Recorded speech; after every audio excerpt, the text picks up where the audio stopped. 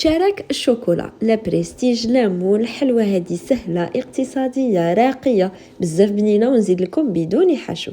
اذا حبيتي حلوه العيد تخرج لك شابه استعملوا مارغرين فلوريال، قوامها كريمي والحلوه بها تجي بزاف بنينه. خديت 250 غرام وزدت لها كاس غير ربع سكر ناعم، بيضه كامله وصفار، 2 مغارف زيت، قرصه الملح ولافاني، ودربتهم مليح حتى ولاو لي كريمه. زدت عليهم 2 مغارف كبار حلوه الترك، كاس ماشي معمر كاوكاو محمص ومرحي، 2 مغارف كبار كاكاو نوعيه مليحه، ونشف بالفرينه بلا ما نعجن. حطيت غير مغرف صغيره خميره الحلوه، ما تنشفوش عجينتكم. فورميت دي بول وزنتهم 35 غرام، وبديت نشكلهم كيما تشارك. نرقوا الاطراف ونخشن في الوسط. عمرت سنيوه وطيبت على 170 درجه حتى نشفت الاطراف هذوك بداو يحمروا. وكيبردوا لي كلاصيتهم بالشوكولا كيما راكم تشوفوا. زدت لهم الكاوكاو باش يولي لي ان كلاصاج غورمون. نذكركم باللي مع فلوريال كاين مسابقه وهدايا للربح. وكيفيه المسابقه راح تلقاوها في صفحات فلوريال، والنتيجه تاعهم كانت اكثر من رائعه. حلوه تذوب في الفم، بنينه سهله وتخرج. سجلوها، جربوها وبارطاجيوها. سلام.